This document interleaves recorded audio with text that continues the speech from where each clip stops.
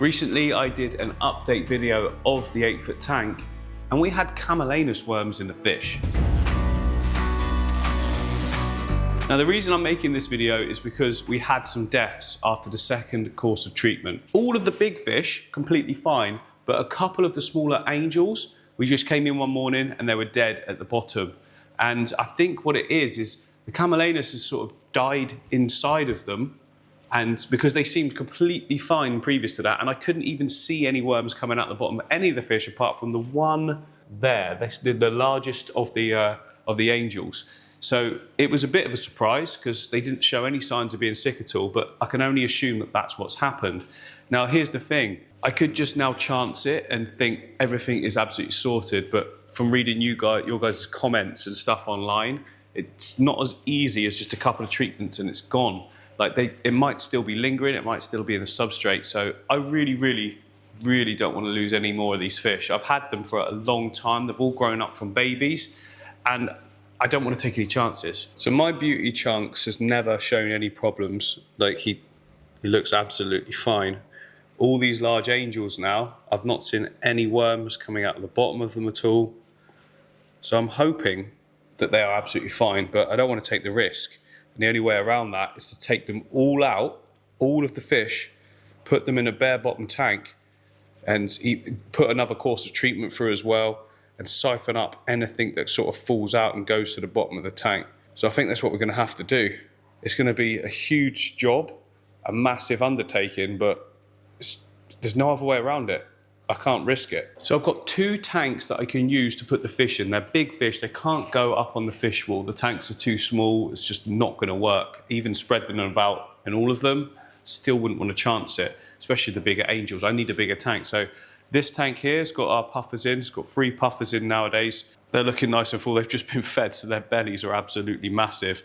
But what I can do is can easily just move those 3, there's some cories and things like that as well, into one of the tanks on the fish wall. This can then be broken down. I'll keep a few pieces of wood and stuff in there, but just ones that are on rocks so that it can be easily moved. And also another tank over this way. The archerfish tank, so we've got 2 archers. We did have 3 a good few weeks back. We came in one morning and one of the archers had literally dug into the side and it had like buried and locked itself in with a load of rocks. So another reason why I want to move these guys over to the paludarium because, hello, they want some food. Just because it's going to be safer for them, but also I need this tank now just to get all of the fish into here. It's quite easy to break this one down. It's piles of rocks and gravel. It'll come out nice and quick. But they'll love it over in the paludarium as well. It's like, kind of like the perfect setup for them. Yeah, this is where the one fish sort of went into. I mean, this has been running now for nearly 2 years. It was one of the first sort of ones we did in here and never been a problem, but all of a sudden it was. So yeah, need to change it. I don't want to risk the other 2 doing the same thing. It's very unlikely, like a massive series of unfortunate events that maybe caused it, but yeah, I need to stop that. And we did block it a bit more, didn't we, that gap? Yeah. We moved things around, but yeah, still. There was like a little crevice. I'd seen plecos in there before and just thought, yeah, it's fine, they can get in and out, but the archerfish sort of barbed itself in and yeah, obviously it can't survive if it's stuck in there. Yeah, sad to lose an archerfish. So yeah, first job, catch the fish, put them in their right tanks, and then clear everything out. Oh, he's too clever.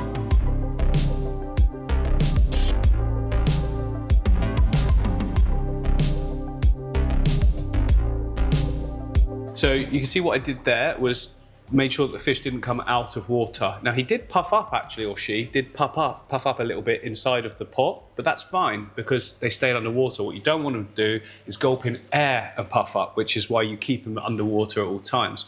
Them actually puffing gives them it's a muscle, they can use that. It's just air getting locked in is what would be dangerous if it happened out of water. So that's why it's a bit fiddly to transfer them into here. And but you know, all good. Trying to swim back in. There we go. Yeah, look, you can see there. So they don't balloon massively high, but they have increased in size.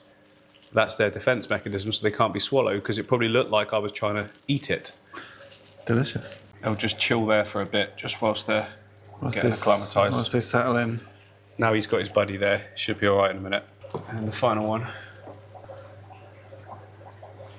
Just going to chill there for a little bit. This one's super brave. good little tank for them actually, because you know, that other tank is huge. Look, there's some snails in there as well for them to get going at. So bulk them up a little bit. They're just down at the bottom because it's safe at the moment. They feel like it's safe. They'll come back up. There we go. They're all good. They're all good. Oh, hello. I do feed them snails, but not like too often. Otherwise, I just have no snails left. So I'm happy for them just to sort of decimate this tank. That's good, isn't it? It's good for their teeth. Good for their teeth. Yeah, I might just keep feeding them snails for a while, because I have been feeding them the shrimp, the dried shrimp, and it has worn them down a little. Well, some more than others. Some of them are a bit fussy and won't eat the shrimp, but they'll definitely go for the snails. I'll let them get rid of what's in here first. I don't think it'll take long. Well, no. And this one's been eating the shrimp, look, and here's a gnawed quite less than the rest. But this one, so goofy. Those funny looking things, aren't they? Yeah, oh no, that's the one at the back, look, that's the one that goes, because it's a bit bigger. I try to break the shrimp up as much as possible, but he seems to just go for anything. So that's the puffers taken out. There's just a few more fish in here. We've got some otocinclus and we've got some albino aquarias as well. They're going to be far easier to catch when the water level's down. So now it's just a case of taking everything out. I'm going to be saving a lot of the Java ferns because I want to reuse them in another scape. But everything else, some bulbitis actually. There's a few odd things that I'll keep, but most of it can be scrapped.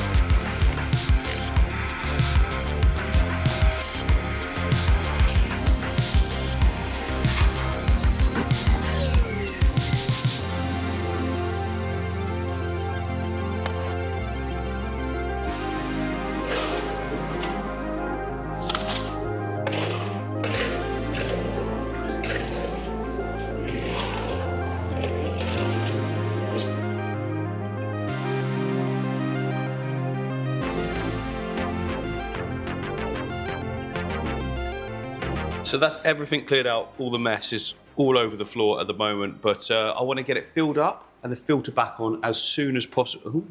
Oh, are those crocs? That's ballet, isn't it?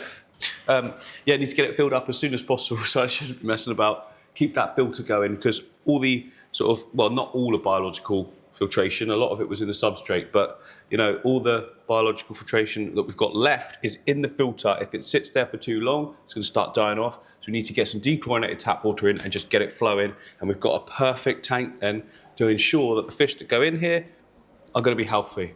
Anything that falls down onto the base, we're going to see it, we can suck it up. So I think that's the only way around it, plus another course of treatment as well. Let's fill it up.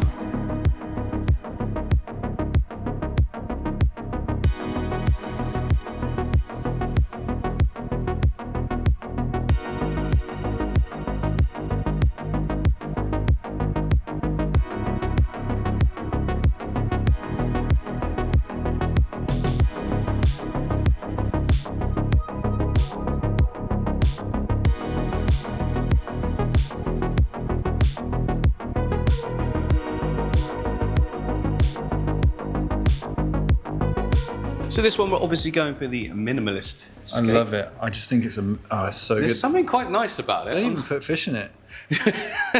Anyway, yeah, one done, one to go.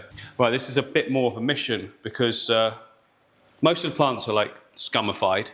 They're great for what they are, but all of the plants at the top, I still want to keep them. So I don't know where I'm going to put them. Probably in Mabuna land, where there currently is some Anubias as well. They don't mind it there at all. Plus it helps purify the water. and we can keep the plants in. So I've had them growing a long time. I really want to keep them. Anyway, let's get going. So much work to do. We've got a lot to do. Yeah, I've got to be a bit strategic with this. Everything needs to come out top down as we go because it's stacked up. Also, the archers are quite nervous fish. Nervous, yeah. So we just want to minimise. If we can get them out first, that'd be ideal. So I can probably lure them into the. We'll try that. Yeah. All right. So we've already caught one. I've just managed to catch another one. The way I did it was just really, really slow. Once they get in the net like that, a bit spooked. So just move them across very quickly. Okay, I've got them. Should be fine. So other mate's already in. There you go. You seem really happy with it. Look at that. Oh, we need to top it up. Yeah. I don't know if I want to now, actually, because the archers are quite jumpy. I think this should become the new level. Yeah. That's about where I kept the other one, and there was never a problem with jumping. It was just getting that one that got stuck. Stay calm, stay calm, stay calm. It's just when you're above, isn't it? Well, they hate being above because that's where they either hunt from or being hunted from. So yeah, you need to do a little tidy up on the glass, maybe a water change on this to remove some of the tannins, but they've got nice kind of refuge spots, haven't they? Oh, easily. Like that other one's gone and hidden straight away. And then obviously when it gets a bit more buggy in here, yeah, because it will do. Field day. Because we'll have the doors will be open a lot more in the summertime, and you do get bugs coming in and out. They're gonna be on this, so they're gonna spit at that a lot, and that's how they actually catch their prey. Yeah, looking great, isn't it? Yeah, I know they like the other one. They're gonna like this one as well, but we need that 4 foot. This is very extreme. What we're doing here, breaking down this whole thing. I'm not keeping anything in that tank that can't be washed. Like all plants are going, everything. It seems extreme, but I've had these fish since they were little, and I really want to make sure. Because there's been instances, and I've seen from some of your guys' comments and stuff in the, like when I've read about them, it can wipe out whole tanks. And we had those few deaths so far already from whatever was going on inside. I just don't want to risk any more, especially chunks. I mean, he's like a person in there. A fishy person. A fishy person. Right, let's do this tank. Time is of the essence.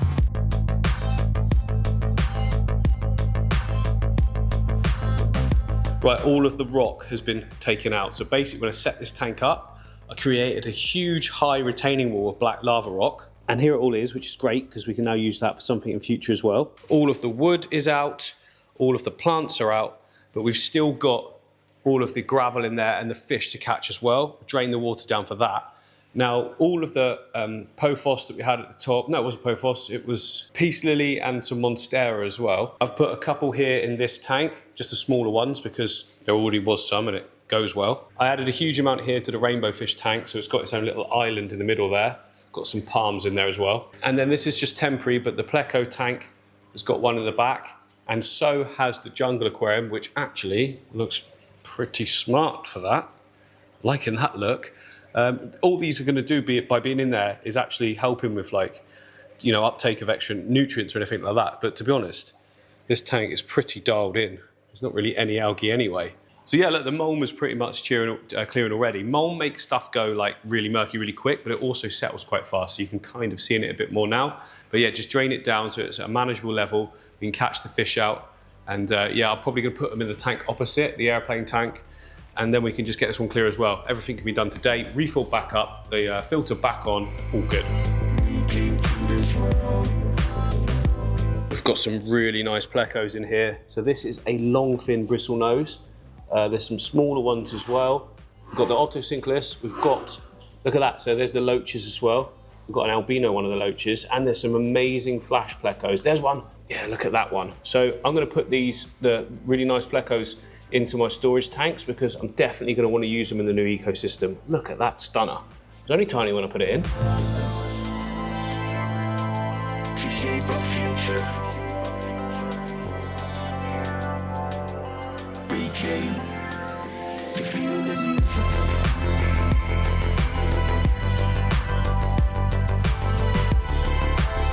So I've got the long fin pleco here. This tank needs some pleco assistance, so it should do really well in there. Come on then, let go. Wow, look at the size of that. Whoa. What a stunner. Quite something, isn't it? Yeah. Yeah. I never see it this open in there, so it's always in the shadows. Wow. That is nuts. Bye. So yeah, never to be seen. No, he should be out a bit more. It's quite a chill tank, this. There's loads and loads of sort of diatoms and algae growing on the rocks because it's at that period. And look, the algae on the plane, which actually makes it look really authentic. It looks great. Nice. I hope you're happy, little one, because I'm not getting that one back out of there again. I mean, if I was incredibly lucky, I could. But I think it's a good. Oh, it's gone right up into the plane already. So yeah, I think this is a really good, spot for it. Under there. Yeah. And a little. Come on, come up the front. Come up the front. It's gone into the tail. Oh yeah, there's a gap there. See, but one of the fish just followed it in. One of the Colombians. I was like, ooh, who's this? Hello, big guy.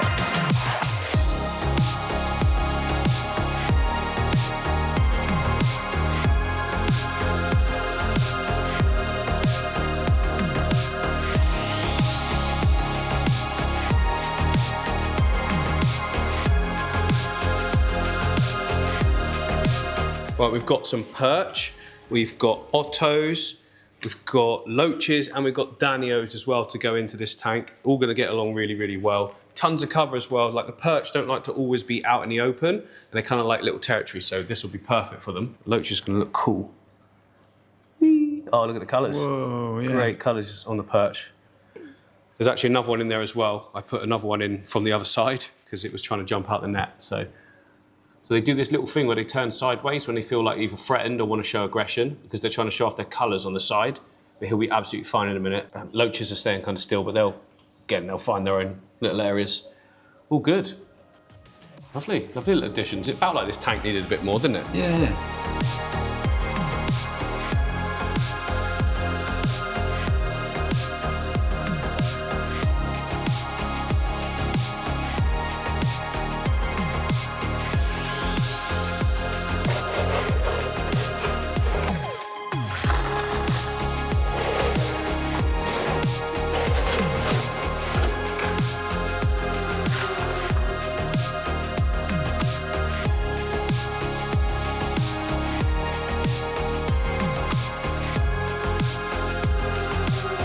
Two tanks completely broken down, and usually when you do something like this it's quite exciting because you're looking forward to creating something new in them, but it's not been exciting at all. In fact, it's been quite stressful because it's like finding places for certain plants you want to keep and then finding places where the fish are going to fit in with the others, and I think we've done a pretty good job of that. We've just cleaned out the front of the glass of the archer fish, but they were all out in the foreground here completely chilled, so they've now gone to the back, but it needed doing anyway. They're going to love it in here for sure. But the perfect thing is we've now got two big tanks for all these fish to be able to go in. There's not going to be any problems at all. The water level is down a touch as well. I don't want to risk any jumping because they are going to be in a sterile environment. There's nothing to hide behind or anything like that, so they might be a little bit skittish. So that should solve that. But it does also mean now with the completely bare bottom, that we can see any worms that poop out after we give them another round of treatment, just to be sure. Don't want to take any risks. Like I say, it's been stressful, it's been necessary. So yeah, tomorrow we break down the 8 foot and move the fish into their new temporary hospital tanks. Yeah, hospital tanks, I guess. The thing is, they're not showing any signs of worms. They've not got any of them coming out of their anus, and they're not behaving badly at all. But I just do not want to take the risk. I've heard too many scary stories of just whole tanks being decimated. So yeah, tomorrow you're coming out. Sorry guys, but then we're going to create something even better for them after that.